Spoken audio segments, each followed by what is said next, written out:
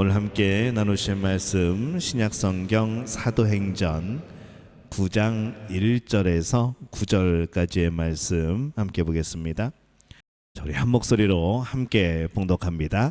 사울이 주의 제자들에 대하여 여전히 위협과 살기가 등등하여 대제사장에게 가서 다메섹 여러 회당에 가져갈 공문을 청하니 이는 만일 그 도를 따르는 사람을 만나면 남녀를 막론하고 결박하여 예루살렘으로 잡아오려 함이라.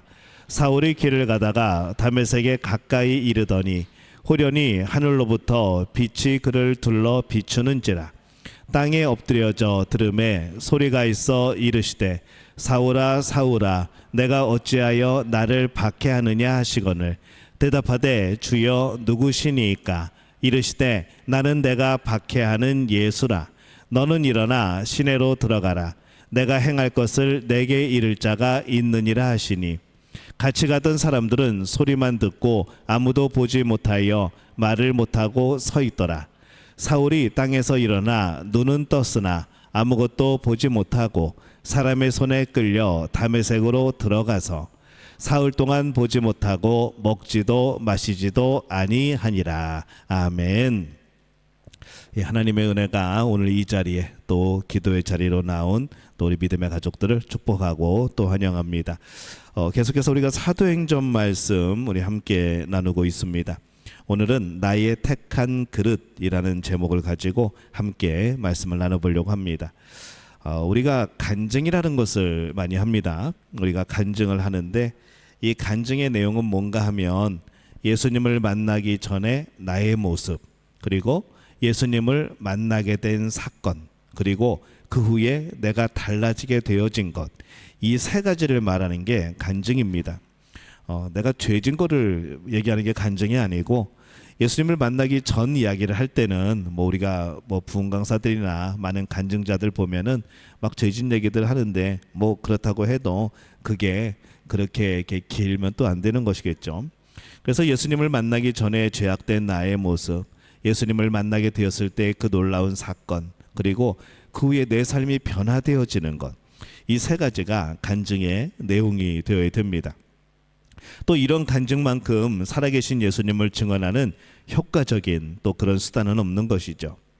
그래서 그런 간증을 이웃에게 나누면 그게 복음 전도인 겁니다. 이웃에게 논리적으로 그런 철학적으로 학문적으로 설명해봤자 못 알아듣습니다.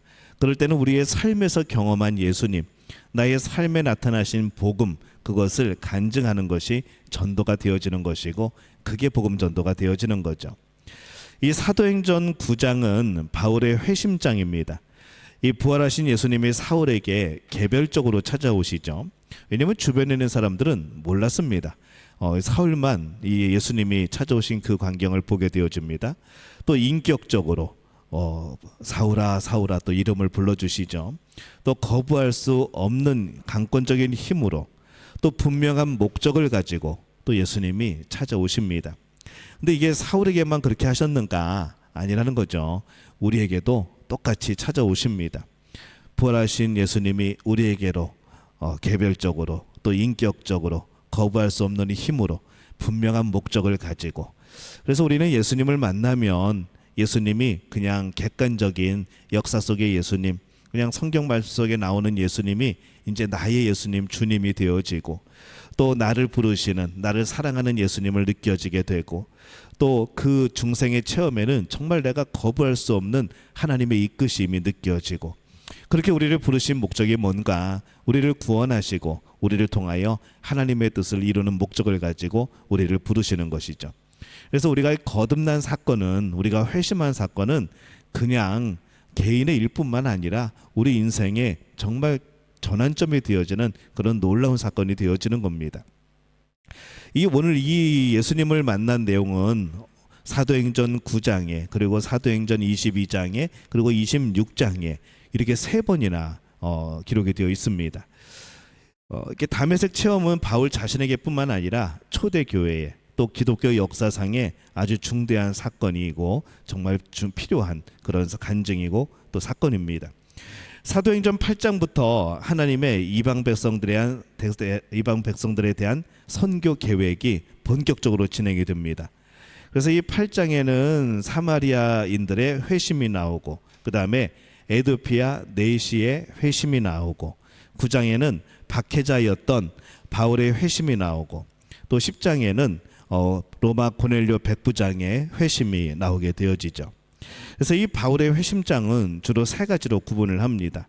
믿기 전에 바울의 모습, 그 다음에 예수님을 만난 사건, 그리고 회심한 후에 바울의 모습. 이것이 또 간증의 3대 요소이기도 하죠. 우리가 간증을 하게 되면 믿기 전, 그 다음에 믿게 된 동기, 믿고 난 후를 말하는 것과 똑같습니다. 회심 전에 바울은 어떠한 사람이었는가? 이 당시 다소라는 제법 큰 도시의 출신인 바울은 학문이나 가문이나 지위에 있어서 내놓을 것이 많은 사람입니다.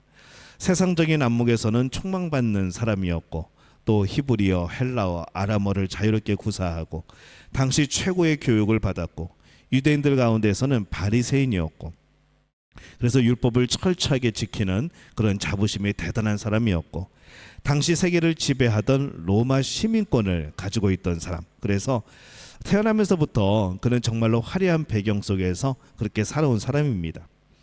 그는 열심히 있는 유대교인으로 예루살렘과 외국 땅까지 찾아다니면서 예수님을 믿는 자들을 핍박하였고, 그래서 이 사울이라는 이름이 처음 등장하는 사도행전 7장은요, 이 스데반이 돌에 맞아 죽을 때 현장에서 그것을 지휘하고 동조하고 있는 이 사울의 모습을 보는 겁니다. 또 8장과 9장의 시작을 보면은 기독교인들과 교회를 진멸하기 위해서 가장 앞섰던 사람, 정말 열심히 쫓아다닌, 해외를 막 다닌 그런 사람이었습니다. 그런 사울에게 예수님이 찾아옵니다. 사울아 사울아 내가 어찌하여 나를 핍박하느냐, 이렇게 물으시죠. 이거는 성도들을 핍박한 것이 바로 예수님을 핍박한 것이라는 그런 이야기입니다. 그래도 바울은 열정이 있었습니다. 열정이 없는 사람은 들어쓰기가 참 쉽지가 않습니다.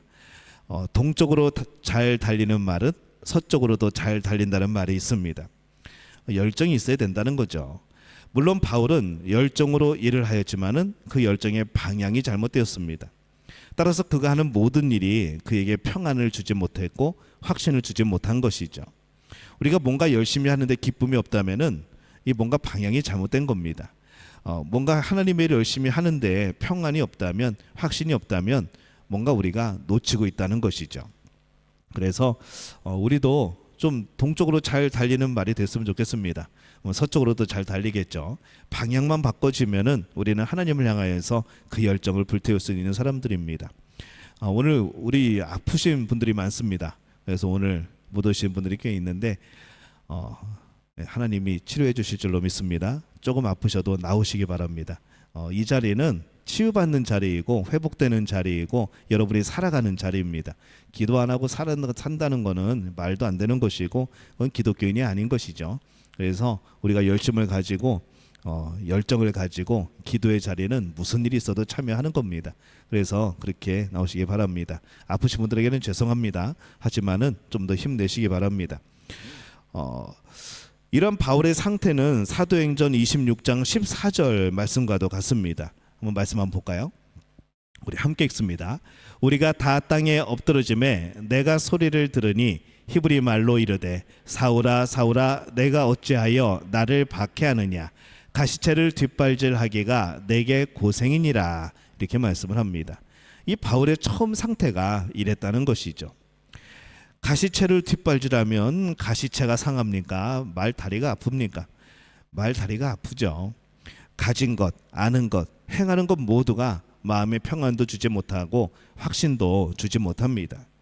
이것은 예수님을 핍박하는 것, 성령을 근심되게 하는 것, 남을 미워하는 것, 진리를 의심하는 것인 거죠. 이 자기 자신의 신념에 따라서 하고 싶은 대로 다 해보았지만은 증오심만 점점 더 커지게 되어지고 확신이나 평안은 가질 수 없었던 그 심령, 이게 초창기의 사울의 모습이었던 겁니다. 이런 사울이 드디어 다메섹에서 예수님을 만납니다. 그렇다고 바울이 스스로 나서서 예수님을 찾아간 게 아닙니다. 다메섹을 향하여서 가는 길에서 그것도 예수 믿는 사람들을 잡아 죽이려고 가는 그 길에서 예수님이 바울을 찾아가서 만나 주시죠. 오직 하나님의 주권적인 은혜로, 강권적인 역사로 바울을 변화시키십니다. 하나님의 은혜는 이 모든 허물을 덮고도 남는 것이죠. 이런 박해자인 바울을 변화시킨 하나님이라면 우리 변화 못 시키겠습니까? 그래도 우리가 초창기에 사울보다는 낫지 않습니까? 아닌가요? 그때 그거보다는 좀 난 것 같습니다. 사울을 변화시킨 예수님이라면 우리를 변화시키지 못하실까 그런 생각도 듭니다. 이 사울의 신앙적인 체험에는요, 빛을 보고 음성을 듣고 눈이 멀고 참 기적적인 일들이 일어납니다. 여러 가지 표적들이 나타나죠. 시각적이고 청각적인 사건, 귀가 열리고 눈이 열리는 것. 이것이 어디의 사건과 똑같은가 하면은 오순절 마가 다락방에서 일어난 사건하고 똑같습니다. 이 바울의 체험은 그의 강력한 핍박의 생활이란 만큼 극적인 것이었죠. 예수를 핍박하던 자에서 예수 때문에 핍박을 받는 자로 변화되는 체험. 여러분들 지금 한번 생각해 보시기 바랍니다. 저 사람은 아마 죽었다 깨어나도 예수 안 믿을 거야 하고 생각하는 사람, 그 사람이 변화된 겁니다. 그래서 교회 간다 그러면 거길 왜 가냐고, 거기 다 예수쟁이라고 말하던 그 사람이 바뀌어서 이제 예수님을 위해 살아가고 예수님을 향해 살아가는 사람으로 바뀐 역사라는 것이죠. 그러나 이 회심의 역사가 누구에게나 똑같은 방법으로 일어나는 것은 아닙니다. 중요한 것은, 가장 핵심은 예수님을 대면하여 만났다는 것이죠. 그리고 그의 음성을 듣게 되었다는 겁니다. 그리고 눈이 열렸다는 것이죠. 택한 나의 그릇이라고 말씀을 합니다. 이 말씀에서 알고 있듯이 우리가 하나님이 주도적으로 선택하시는 은혜라는 거죠. 우리는 하나님이 택하신 그릇인 겁니다. 우리가 우리의 사명을 정하고 우리가 해야 할 일을 정하고 하는 것이 아니라 우리는 예수님을 만났을 때 이미 하나님께서 쓰실 그릇이라는 것이죠. 그러면 어느 것에 쓰실 것인가 하나님이 이미 정하신 겁니다. 그래서 우리의 삶은 사명을 찾아가는 것이 아니라 내 사명이 뭔지를 깨닫는 겁니다. 그래서 그 사명이 뭔지를 깨닫는다고 한다 그러면은 바로 하나님이 택하신 그대로 그릇으로 사용하시는 것이죠. 우리의 삶은 하나님이 주도적으로 이끌고 가십니다. 뭔가 우리가 결정을 하고 하는 것 같지만은 사실 하나님이 주도적으로 이끌어 가시고 우리는 거기에 대해서 선택하는 겁니다. 순종하느냐, 순종하지 않느냐. 이제 사울은 하나님 앞에 기억될 수 있는 가치 있는 삶이 예수님 만난 이후로 시작이 되어진 것이죠. 예수님 없이 산 이전의 삶은요, 정말 열심이었지만 아무리 그렇게 해서 표창장을 받고 높은 자리에 올라가고 지도자가 되어지고 거기서 대사장이 되어지고 막 그랬다고 할지라도 그건 아무런 의미가 없는 겁니다. 오히려 하나님 보시기에 무익한 삶인 것이죠. 하나님 앞에 기억될 수 있는 삶, 그게 정말 가치 있는 삶인 겁니다. 그래서 하나님은 사울에 대한 계획을 가지고 계셨고 그 계획을 가지고 사울을 찾아오십니다. 이방인과 임금들과 이스라엘 자손들을 섬기기 위한 그릇으로 사용하신 거죠. 우리가 주님을 만날 때 비로소 우리를 그릇에 담아 쓰시려고 했던 하나님의 계획이 드러나는 겁니다. 나중에 또 물어볼 겁니다. 여러분은 어떤 그릇입니까? 예수님을 만났을 때 여러분에게 계획하신 하나님의 용도, 그릇의 용도가 뭡니까? 그걸 잃어버리지 말아야 되는 것이죠. 그것이 중간에 바뀔 수는 있습니다. 더 확장되어질 수 있고 더 깊어질 수 있습니다. 항상 우리가 귀를 기울이는 것이죠. 하나님 나를 어떤 것으로 사용하시렵니까? 나의 그릇에 하나님 어떤 것을 담으시렵니까? 그런 거죠. 사울은 주님의 음성을 들은 후에 이 사흘 동안 금식하며 지난날의 모든 것을 회개하며 기도합니다. 그때 예수님은 환상 중에 이 다메섹에 있던 아나니아에게 나타나셔서 환상을 보여주십니다. 직가라고 하는 곳을 가서 사울을 찾으라고 하는 것이죠. 그가 지금 기도하고 있고 그가 지금 뭘 보고 있는가 하면은 아나니아라는 사람이 들어와서 안수함으로 다시 보게 되는 환상을 보고 있다고 하나님이 알려줍니다. 아나니아가 갈지도 안 갈지도 모르는데 하나님은 이미 다 보여주신 거죠, 사울에게. 이 환상 중에 아나니아는 사울의 이름을 들을 때에 깜짝 놀랍니다. 사울, 그 사람은 이 성도들을 잡아가기 위해서 다메섹에 오고 있던 사람인 거죠. 이미 소식을 다 들었고 다 조심하고 있었고 그러던 차에 하나님이 이 환상을 보여주신 겁니다. 그래서 사도행전 9장 13절에서 14절에 보면은 이렇게 기록을 합니다. 함께 읽습니다. 아나니아가 대답하되 주여 이 사람에 대하여 내가 여러 사람에게 듣사온즉 그가 예루살렘에서 주의 성도에게 적지 않은 해를 끼쳤다 하더니 여기서도 주의 이름을 부르는 모든 사람을 박탈할 결박할 고난을 대제사장에게서 받았나이다 하거늘. 이 아나니아가 이미 마음에 긴장을 하고 있는 것이죠. 사울 그 사람이 우리를 잡으러 온다는 그 사람인 것 같은데 아니 그 사람을 찾아가서 기도를 해주라니 하나님 이거 괜찮은 겁니까? 라고 물어보는 거죠. 그러나 예수님은 아나니아에게 가라. 이 사람은 내 이름을 이방인과 임금들과 이스라엘 자손들에게 전하기 위하여 택한 나의 그릇이라 라고 하시면서 이 사울에 대한 계획을 말씀을 합니다. 이 아나니아는 주님의 지시하심을 따라 사울을 찾아갑니다.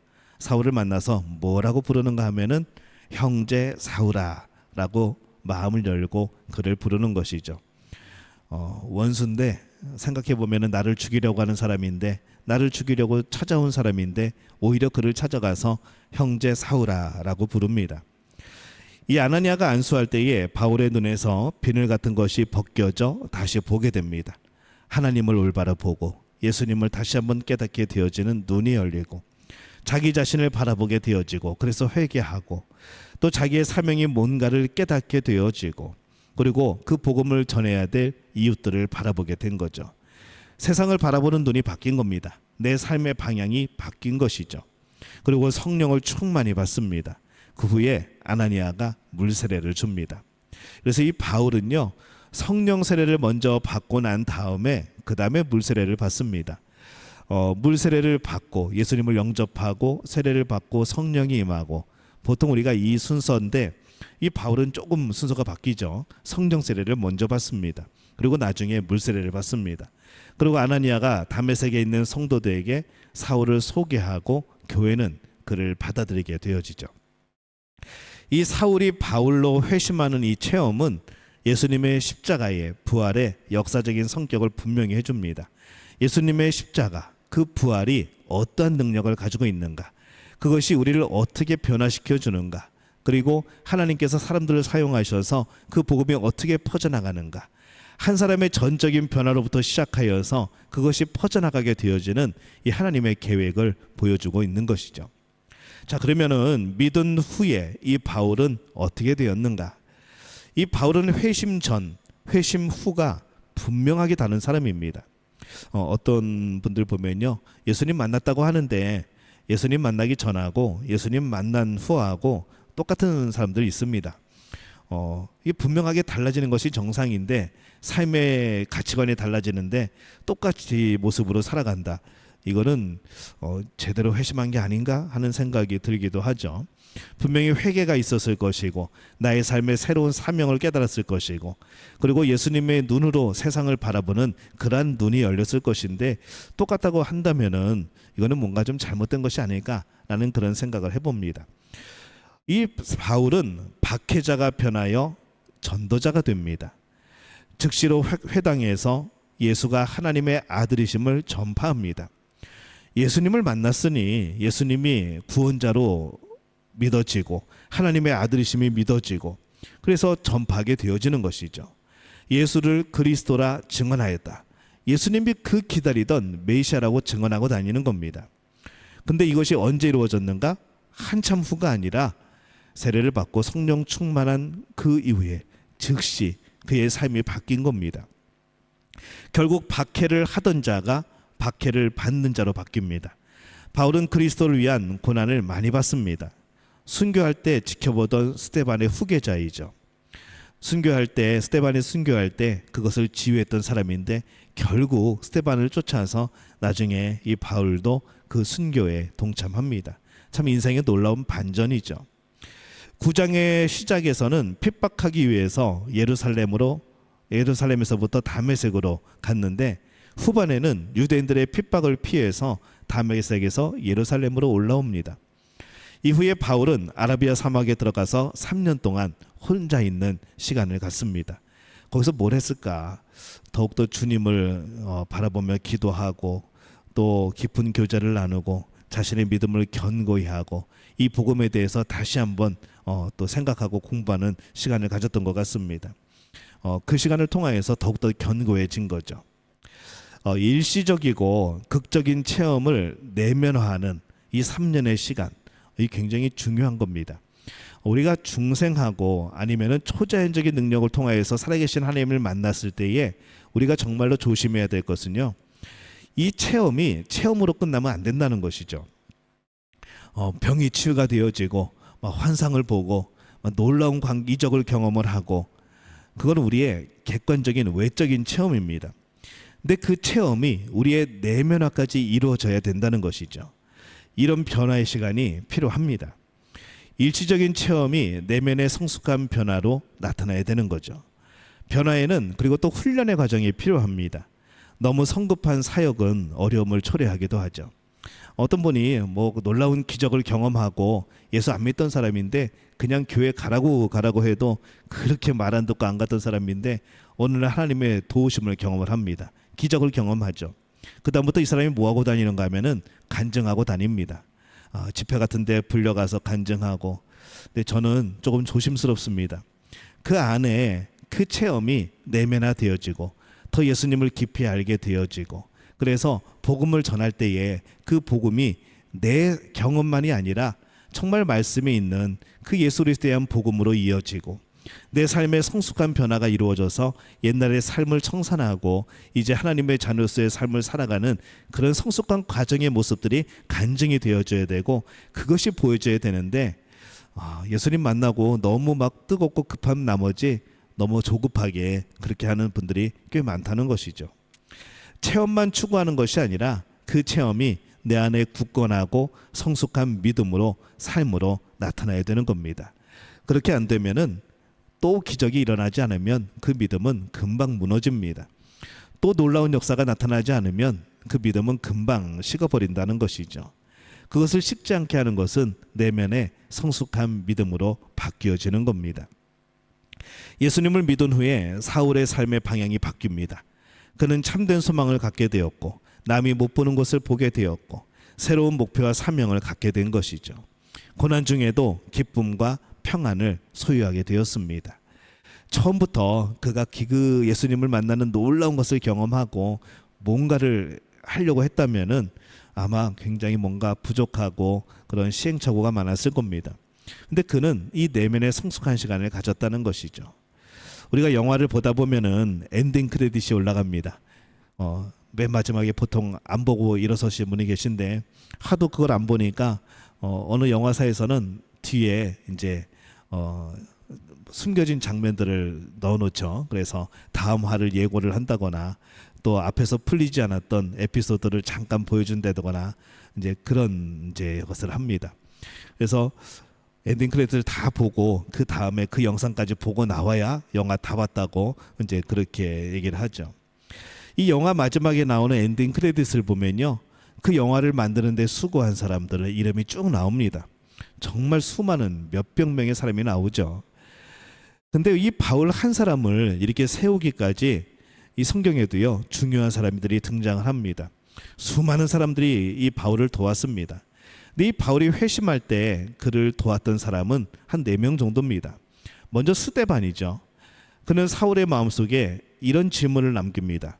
도대체 예수님이 누구길래 돌로 치는 자들을 위하여 저렇게 기도하며 평안히 순교할 수 있을까? 그 평안히 자신을 맡길 수 있는 그분이 과연 어떤 분일까? 라는 질문을 남깁니다. 스데반의 기도가 이 바울의 다메섹 체험을 준비시킨 것이죠. 저는 저들의 죄를 알지 못합니다. 저들을 용서하옵소서. 어쩌면 그 사람이 이 바울이 아니었는가라는 생각을 해보는 것이죠. 또 이 엔딩 크레딧에 이름이 올라가야 될 분은 예수님입니다. 예수님은 사울에 대한 계획을 가지고 오셔서 그를 직접 만나주시고 말씀하시는 거죠. 모든 것의 배후에서 역사하시는 분이, 감독과 같은 분이 예수님이셨습니다. 또 아나니아입니다. 순종함으로 사울을 찾아가서 형제여라고 불러줍니다. 주님께서 사울을 용서하셨기에 이 아나니아는 이미 그를 형제로 받아들이고 그렇게 부른 것이죠. 세례를 주고 다메섹 교회에 사울을 소개시켜 주고, 사람들은 남을 볼 때에 그가 어떠한 사람이었는가, 과거와 현재의 업적을 봅니다. 그러나 예수님은 무엇을 보시는가 하면은 그가 어떠한 사람이 될 것인가, 이 잠재력을 보고 계신다는 거죠. 아나니아도 믿음의 눈으로 사울을 봅니다. 아나니아를 통해서 이 바울은 용납하시는 예수님의 사랑을 다시 한번 체험하고 예수님의 계획을 듣게 되어지는 거죠. 그리고 이제 예수님을 증거할 기회를 얻게 되어집니다. 그 다음에 또 이 엔딩 크레딧에 올라갈 만한 사람이 바나바입니다. 사울이 예루살렘에 가서 제자들을 만날 때 제자들이 다 두려워하죠. 왜냐하면 자기들을 잡으러 달리던 사람이었으니까. 그리고 예수님의 제자, 직접적인 제자도 아닌데 어떻게 사도가 될 수 있는가, 이것에 대해서도 의구심이 있었습니다. 그때 이 바나바가 제자들과 교회에 사울을 보증을 합니다. 그래서 이 바나바는 사울이 다메섹에서 주님을 만났던 이야기들, 그리고 그가 변화되어지고 그가 주님을 위해 했던 일들을 말해줍니다. 그것에 대해서 증명을 해주는 거죠. 그리고 서로 화해시키고 신뢰하게 하고 위로하는 역할을 감당을 합니다. 후에는 또 바울의 동역자가 되어서 함께 사역할 수 있는 그런 길을 열죠. 이렇게 사울 한 사람의 회심에는 정말 중요하게 예수님이 나타나고 스데반이, 아나니아가, 바나바가 필요했습니다. 그리고 그의 사역을 통해서 더욱 많은 사람들의 이름이 나오게 되어지죠. 이들은 모두가 동역자입니다. 합력하여 선을 이루는 그런 사람들이죠. 자, 여러분의 엔딩 크레딧에는 누가 올라갈까요? 여러분이 나중에 하나님의 부르심을 받고 이제 여러분의 생명이 끝날 즈음에 여러분의 눈앞에 엔딩 크레딧이 올라가는 거죠. 그러면 예를 들어서 그렇다는 겁니다. 죽을 때 그런 게 보인다는 게 아니고, 그러면은 과연 그 예를 들어서 그 엔딩 크레딧에 어떤 이름들이 올라갈 것인가? 처음부터 나를 창조하셨고 또 나의 삶을 인도하셨던 예수님 하나님의 이름이 올라갈 것이고, 또 나와 늘 함께 하셨던 성령님의 이름이 올라갈 것이고, 그리고 여러분들을 낳아주신 분들, 또 신앙으로 양육해 주신 분들, 또 옆에서 여러분들을 위해서 기도해 주신 분들, 또 여러분들에게 하나님의 주의 복음을 증거하기 위해서 한 번이라도 여러분을 만난 사람들, 그런 사람들의 이름들이 쭉 올라오겠죠. 그리고 여러분들은 또 얘기할 겁니다. 특별히 감사한 분들, 그래서 여러분들이 찾아가서 복음을 전했던 그 사람들의 이름이 쭉 올라갈 것이고 그럴 겁니다. 여러분의 엔딩 크레딧에 제 이름이 올라갈지 모르겠습니다. 제 엔딩 크레딧에도 여러분의 이름이 있을 겁니다. 우리는 그렇게 합력하여 선을 이루는 사람들이라는 것이죠. 하나님은 또 그렇게 우리를 위해서 일하고 계십니다. 다시 처음의 질문으로 돌아갑니다. 여러분은 주님을 마음속에 모신 적이 있습니까? 그리고 그 전과 후는 어떻게 확실히 달라졌습니까? 누가 여러분에게 물으면 예수님을 믿는 것에 대해서 어떻게 간증을 하시겠습니까? 새로 믿기로 작정한 사람들에게 스데반, 아나니아와 바나바와 같은 역할을 어떻게 감당할 수 있겠습니까? 그리고 여러분은 하나님의 어떠한 그릇입니까? 오늘 이게 정말로 우리 삶의 중요한 질문이라는 것이죠. 예수님을 알기 이전에 나의 삶은 어땠는가? 서로 얘기 나누기도 창피하죠. 예수님을 만나기 전에는 또 몰랐습니다. 근데 예수님을 만나고 나니까 그의 삶이 죄악된 삶이라는 걸 알았던 것이죠. 예수님을 어떻게 만나겠는가? 예수님을 만나게 된 것은 정말 하나님의 계획하심 가운데 놀라운 사건인 겁니다. 그리고 나의 삶은 어떻게 변화되어졌는가? 그냥 그대로였는가? 아니면 조금씩 내 안에서 이것은 아니지, 이것은 하나님이 기뻐하지 않지, 이것은 예수님이 기뻐하실 일이지, 이것을 선택하게 되는 변화가 나타났는가? 그리고 여러분의 사명은 무엇인가? 오늘 여러분들 이것을 다 기억하고 계십니까? 이거는 기억해야 되는 겁니다. 그리고 오늘 그 사명을 다시 한번 깨닫는 여러분들 되시기를 바랍니다. 오늘 우리가 이 질문을 통해서 우리 자신을 돌이켜보고 다시 한번 우리의 사명을 발견하는 그러한 복된 분들이 되어지시기를 예수님의 이름으로 축원합니다.